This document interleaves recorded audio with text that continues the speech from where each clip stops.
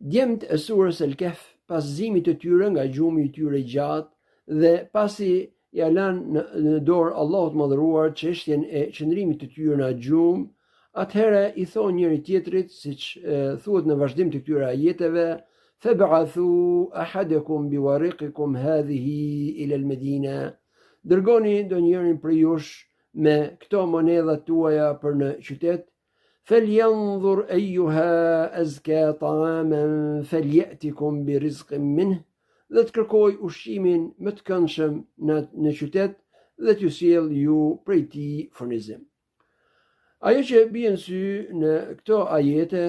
është se djemtë pas zimit të tyre ndjejnë uri, dhe kjo është diçka më së normale, sepse njeriu është krijuar i atill në këtë botë që ushqimi është pjesë bazike e jetës tij, ai pa të nuk mund të jetojë,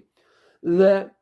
prandaj ata ndjejnë uri dhe kjo është krejtësisht normale. Mirë, po ajo që të bën përshtypje është se ata thonë le të zgjedh ushqimin më të mirë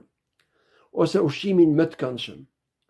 Dhe kjo, sipas komentuesve të Kuranit, nuk është për qëllim ushqimi më i shijshëm, por është për qëllim ajo që Allahu Madhëruar e përmend shpesh në Kuran dhe që është ushqimi i mirë dhe halal. Siç thuhet në ajetin e surës Al-Baqara, ku thotë Allahu Madhëruar, ja ayyuhan nas, o ju njerëz, kulu mimma fil ardi halalan tayyiba, hani prej asaj që gjeni në tokë atë që është halal dhe e mirë. E mirë do të thotë është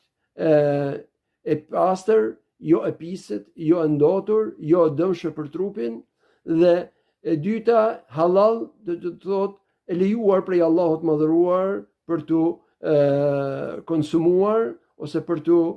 përfituar prej saj, dhe kjo ka për qëllim këtu të jetë fituar në rrugë halal, jo e vjedhur, jo e grabitur, jo e fituar nëpërmjet mashtrimeve dhe as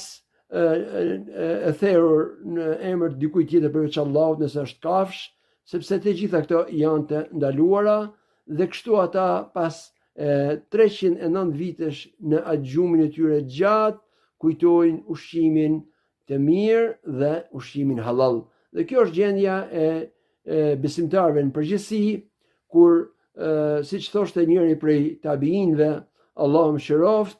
nëse do ishe si kjo shtyllë dhe bënte më shenjtë të shtylla e xhamisë, kolonat e xhamisë, nëse do ishe si kjo shtyllë në adhurim, pra të adhuroje Allahun dhe të mos ulesh kurrë, dhe nuk do interesoheshe se çfarë ke futur në barkun tënd halal apo haram, atëherë asgjë prej atij namazi nuk do të bëj dobi. E dyta, djemtë edhe pse në një veprim të ndërmarrë për hir të Allahut Madhëruar dhe për hir të besimit, nuk e lanë shkaqet në lidhje me kërkimin e riskut, por çojnë njërin prej tyre për të marrë furnizim nga qyteti. Dhe kërkimi i riskut duke marrë shkaqet dhe duke mos i neglizhuar ato është rregull i përgjithshëm në këtë dynja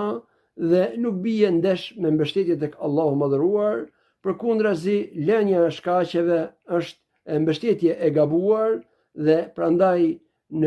tek besimtarët dhe po ashtu